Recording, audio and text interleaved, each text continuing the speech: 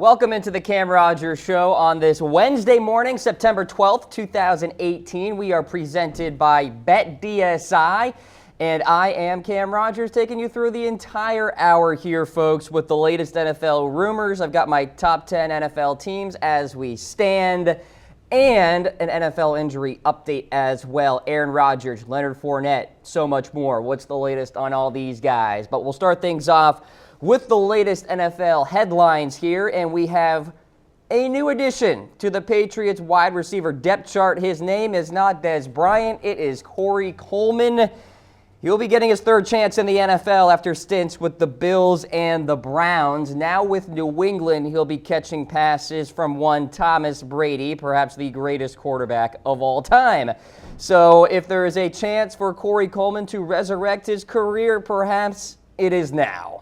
So the Patriots also signed Bennie Fowler to fill out their depth chart. Coleman caught 56 passes for 718 yards and 5 touchdowns in 2 seasons with the Browns. He could not make a putrid Bills roster, was cut by the team before the season started, which is indicative to me at least that Corey Coleman has lost it in a sense. I remember watching him in his first year. The guy was pretty darn electric at some points with the Cleveland Browns, and we're talking about a Browns team that historically has had bad quarterback play. So I think there's still promise for this guy. Maybe he can find something with New England. So the Patriots have brought in 2 new wide receivers, both not Dez Bryant. Here's a look at the latest depth chart here.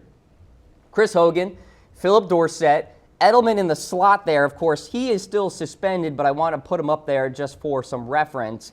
Cordell Patterson is there. Bennie Fowler's there now. Matt Slater may start actually getting repetitions at wide receiver now, even though he's mostly a special teams guy. And then, of course, Corey Coleman there on that depth chart as well. Robert Kraft and Nick Caserio must really be against appeasing me, because I have been saying for weeks on weeks on weeks that the New England Patriots will sign the number 1 free agent out there, Dez Bryant, fresh off a Beyonce concert with Jerry Jones, might I add. So despite Dez showing interest in the Patriots via social media, and it has happened many times, it sure as heck doesn't seem like the Patriots, shall we say, reciprocate that feeling. Buzzword. By the way, signing Bennie Fowler and Corey Coleman could be some smoke, if you will, that the Patriots really are interested in signing Dez Bryant, and they're just trying other pieces to see if they can work before they ultimately bring in Dez Bryant for a workout here. But make no mistake, the Fowler signing yesterday and the Corey Coleman signing yesterday was a gut punch, a left hook, and then a headlock to the ground to my Dez Bryant theory here. The Patriots, by the way, released wide receivers Riley McCarron and Chad Hansen, which opened the door for Dez Bryant. And I was all giddy and all of that. And then the news came yesterday about Corey Coleman and Bennie Fowler. And I just sit here thinking to myself, why? Because for one reason or another, the Patriots don't want to bring in Dez Bryant yet.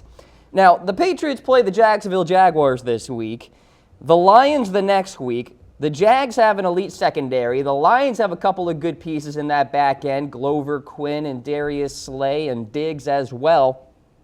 Maybe at that point, after either playing the Jags or the Jags and the Lions, the Patriots realize they need talent at the wide receiver position.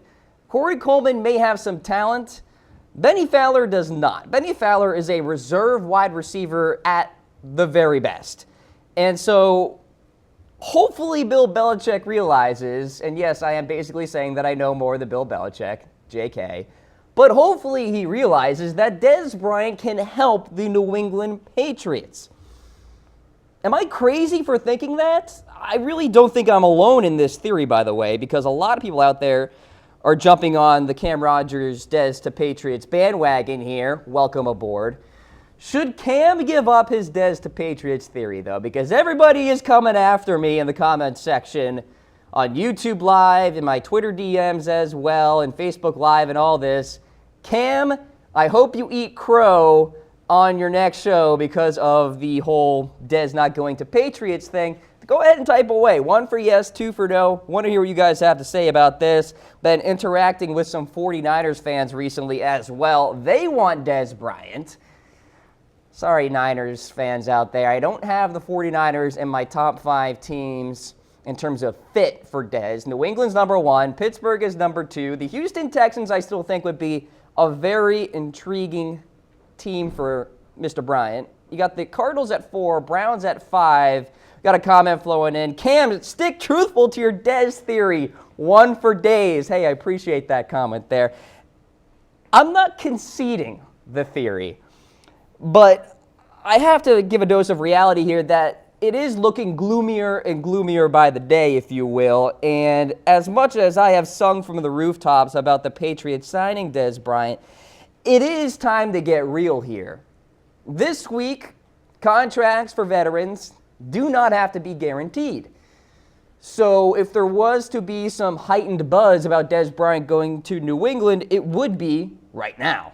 And currently, we don't have any of that. So just a general philosophical question for you guys here. Why is Dez Bryant still unsigned? Is it because of him? Is it because of the teams? Is it because of something else?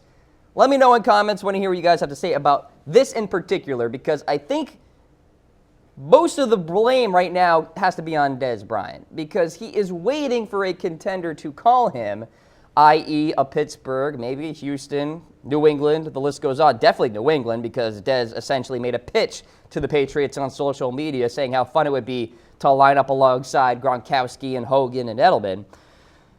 I think that's really what it comes down to. There is some reporting that I can give to you guys from some sources that I trust that Dez visited the Raiders before even visiting the Cleveland Browns and was darn close to joining the Cleveland Browns to the point where Dez Bryant was actually looking for schools for his kids. And then the relationship fell apart last minute.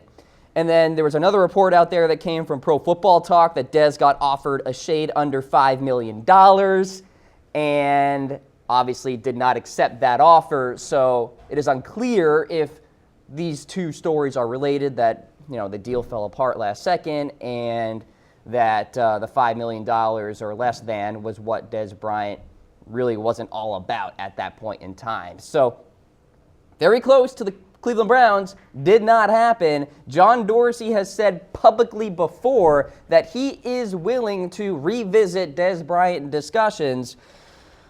I just don't get why the Patriots won't bring this guy in. And to everybody out there who says that Dez Bryant is a distraction and that he's a cancer to a locker room, there are a lot of distractions out there in the NFL in terms of players, in terms of locker rooms and all that. Dez Bryant is definitely not one of the worst. And I don't think Dez Bryant would actually be a problem in a Patriots locker room because I think Dez would kind of mold to the Patriot way, if you will. And even if he does showcase some personality, some passion on the sidelines, that's nothing new to the New England Patriots. Tom Brady does it week in and week out. So there will be no conceding of my theory that Dez Bryant will go to the New England Patriots until he actually signs with a team. But a dose of reality on all of this is that New England is looking for a wide receiver, and they are signing players that are worse than Dez Bryant for some reason.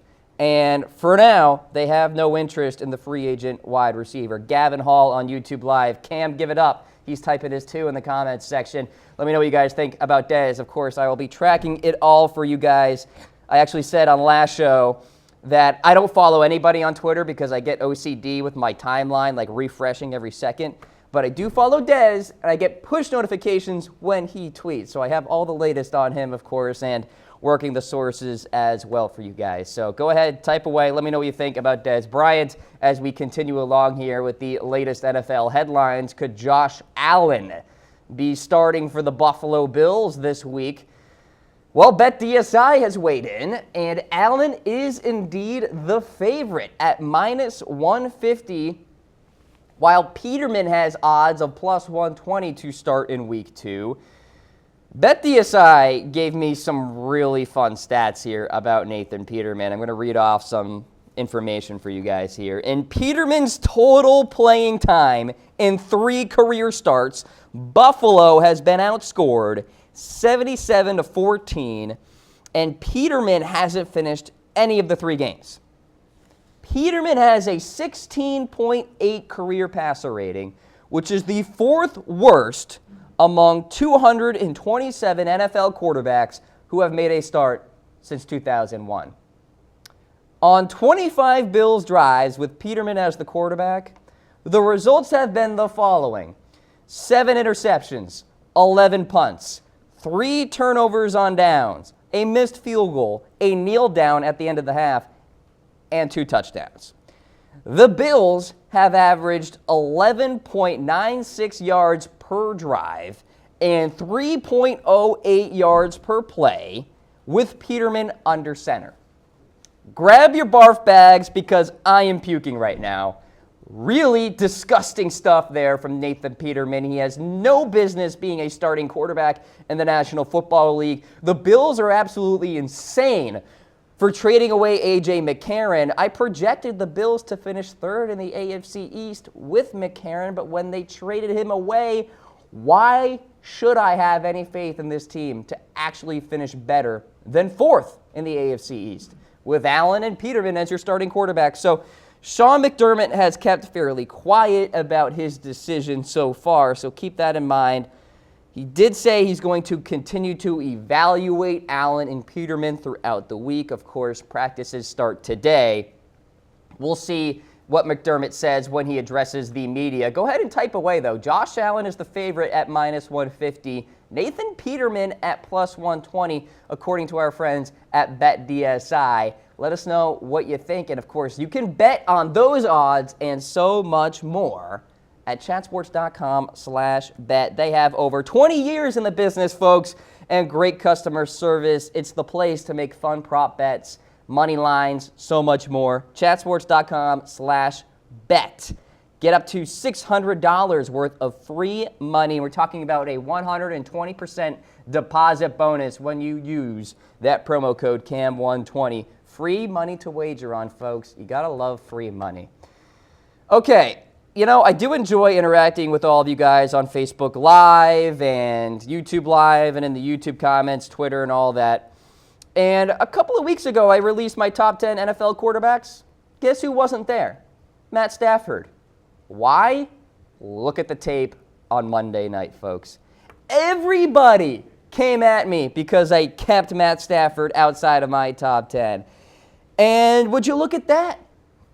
Had a pathetic Monday night performance against a New York Jets team that has no business putting up 40-plus points on the road in primetime, starting the youngest quarterback since the NFL-AFL merger.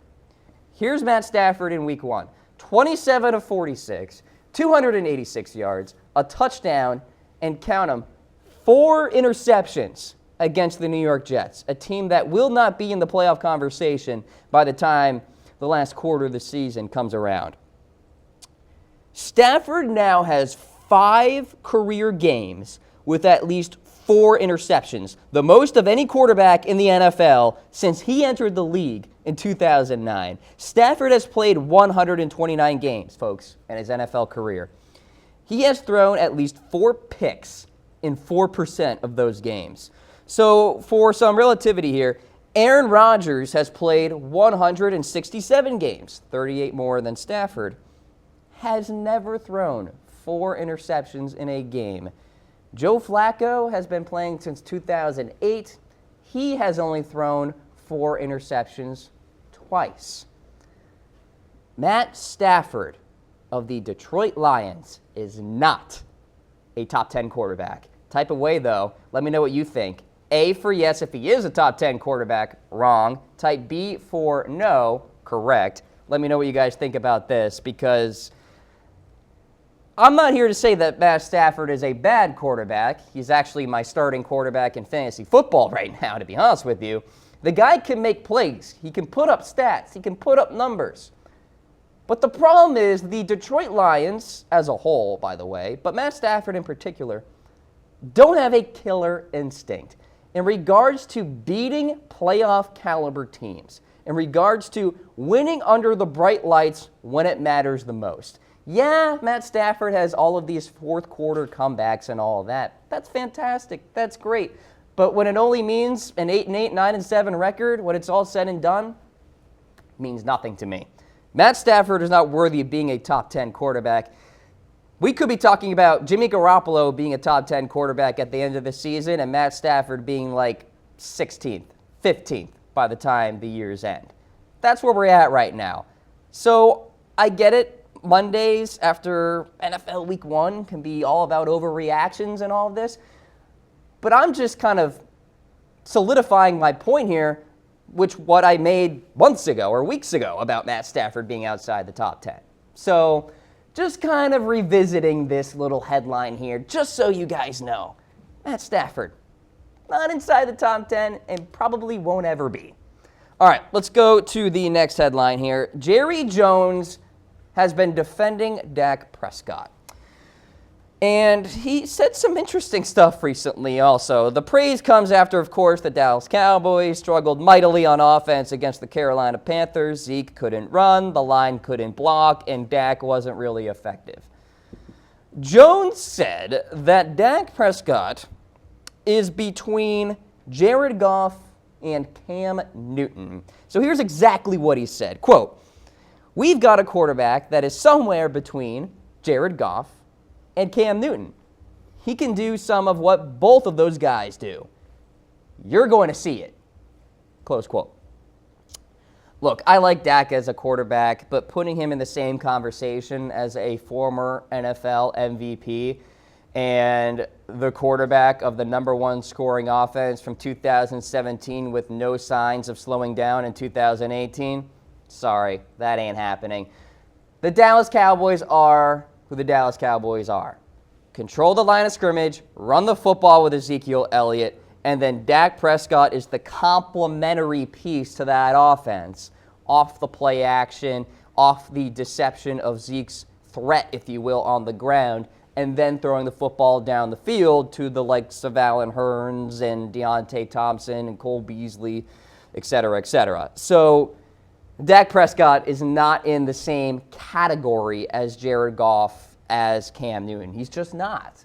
Now, can Dak Prescott win a Super Bowl with the Dallas Cowboys? Abso-freaking-lutely, because Rex Grossman went to a Super Bowl once. Joe Flacco won a Super Bowl, and yeah, he looks good so far, but he's by no means a top 10 quarterback at all. So for Dak Prescott here, yeah, he can take the Dallas Cowboys to the promised land, but to hear these words from Jerry Jones about Dak being in the same kind of spectrum of Jared Goff and Cam Newton, it's kind of crazy to me. So let's pump the brakes on that. Prescott finished with 170 passing yards, by the way, was sacked 6 times on Sunday, 7th time in the last 9 games. Prescott has thrown for under 200 yards. That does not exactly scream Jared Goff and Cam Newton. All right, next up here, the LA Rams did offer a deal to the Oakland Raiders for Khalil Mack. We knew that. But more details surfaced in the last couple of days here. According to Adam Schefter, the Rams offered 1st and 3rd round draft picks to the Oakland Raiders for Mack. The Raiders, of course, rejected, ultimately accepting a deal from the Chicago Bears. Here's the interesting kicker, if you will.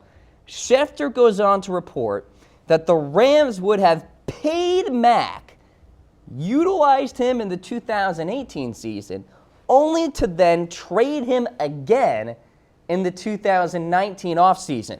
So basically, Mack would have been a 1-year rental, perhaps Kawhi Leonard style, for the Toronto Raptors this year. The Rams have already admitted, like I said, they made, quote, an aggressive offer for Mack. But I think this is noteworthy, if you will, because the Rams are just not messing around this year. So even though they didn't get the deal done with Khalil Mack and all that, I think this is very telling about what Les Snead has in terms of aspirations this season and also in terms of 2019's offseason.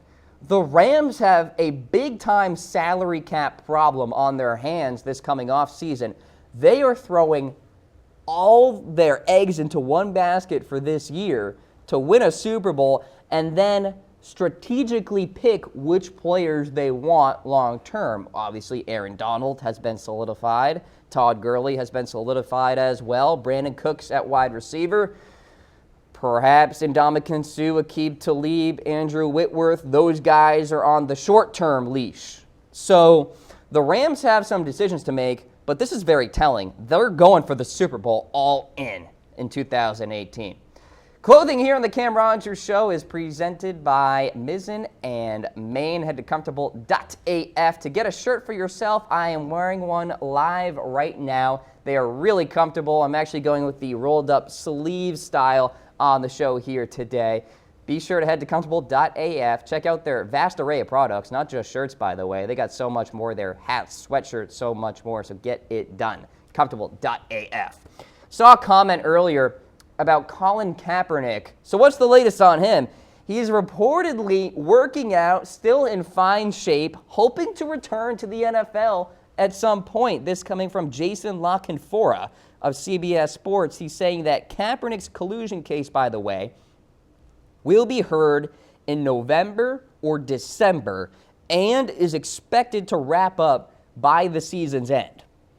So owners, coaches, and NFL officials will likely have to testify during this case and, of course, answer to whether they tried to keep Colin Kaepernick out of the NFL, because Kaepernick, of course, is alleging that NFL owners, coaches, officials colluded to keep Colin Kaepernick unemployed. We haven't seen Kaepernick play on a football field since 2016. The main takeaway point here is that Kaepernick is still confident in an NFL comeback. That's telling, because a lot of people out there are saying, well, he's done. He doesn't care about the NFL. He's just trying to make a PR move here. Well, apparently not. So this alerts me, perhaps A, Kaepernick is confident he can return to the NFL at some point, and B, Kaepernick is confident he's going to win this collusion case. So what can we expect here? So system arbitrator Stephen Burbank will rule whether Kaepernick's legal team has presented sufficient evidence to prove that a team or teams worked in collusion with each other to prevent Colin Kaepernick from being worked out or being signed altogether. And you should expect a ruling on any damages Colin Kaepernick is due, which would be based on lost earnings and could also include treble damages equating to 3 times the amount the player lost. So when we have guys like Nathan Peterman starting at the quarterback position, we need Colin Kaepernick in the NFL. And I'm not just saying from the perspective of kneeling and standing and all that. I'm just saying from an entertainment perspective. Wouldn't you rather watch Colin Kaepernick play football than Nathan Peterman throwing air-mailed passes right into the midst of Tony Jefferson, safety for the Ravens, who picked him off last week? I mean, I would. Should Colin Kaepernick be in the NFL? Type away. 1 for yes, 2 for no. We've got Ken chiming in with no. Fernie on Facebook Live says no as well. Wow, it's actually pretty unanimous on Facebook Live. Taking a look at YouTube here. I'm seeing some ones on YouTube Live, so be sure to weigh in on your thoughts with Colin Kaepernick here. But really interesting note that we have a timetable now, at least according to Jason La Canfora, about this collusion case, in that it could be over by the time November comes around, by the time that December comes around. So stay tuned on that. All right, another note here. Jeremy Hill out for the year with the New England Patriots. Really tough situation here. Tore his ACL in the season-opening win over the Houston Texans. Hill exited Sunday's matchup in the third quarter after taking a knee to the leg. Immediately ruled out, which really signified the extent of the damage there. He earned 25 yards on 4 carries, had 1 catch for 6 yards on offense in that game, also blocked a punt on special teams. So Hill is out.